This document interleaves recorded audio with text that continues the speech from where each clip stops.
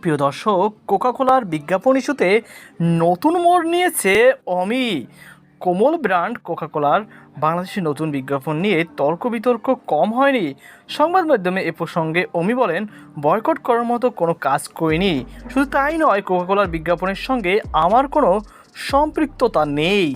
অমি আরও বলেন, কাউকে বয়কট করার ব্যক্তির স্বাধীনতা অবশ্যই আছে, তবে বয়কট করার মতো কোনো অপরাধ আমি করিনি। এ সময় এক সাংবাদিক অমির প্রশ্ন করেন, তাহলে কেন ক্ষমা চাইলেন? উত্তরে অমি বলেন, আমার স্পষ্ট বক্তব্য, কোথাও ক্ষমা চাওয়া হয়নি, কারণ এ বিজ্ঞাপনের সঙ্গে আমি জড়িত নই।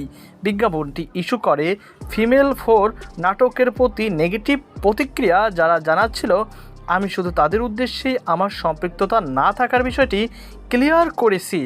এ সময় অমি ফেসবুক স্ট্যাটাসে নিজের লেখা পোস্টের কথা জানান। সেখানে এ পর্যন্ত কোনো মন্তব্য তিনি ক্ষমা চাওয়ার বিষয়টি উল্লেখ করেনি।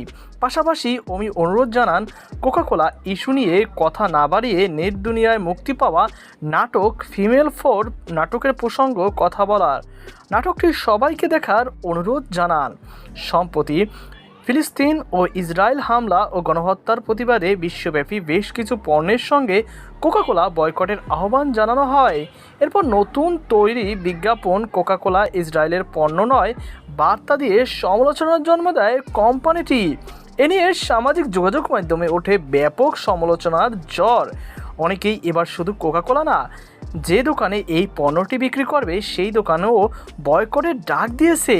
এ বিষয়ে সংবাদ মাধ্যম ব্যাচেলার পয়েন্ট খ্যাত অভিনেতা শরাফ আহমেদ জীবন, শিমুল শর্মা এবং ফিমেল 4 নাটকের নির্মাতা খাজেল আরফিন অমি কথা বললেও কোকাকোলা বাংলাদেশের পক্ষ থেকে এখনও কোনো অফিসিয়াল প্রতিক্রিয়া পাওয়া যায়নি।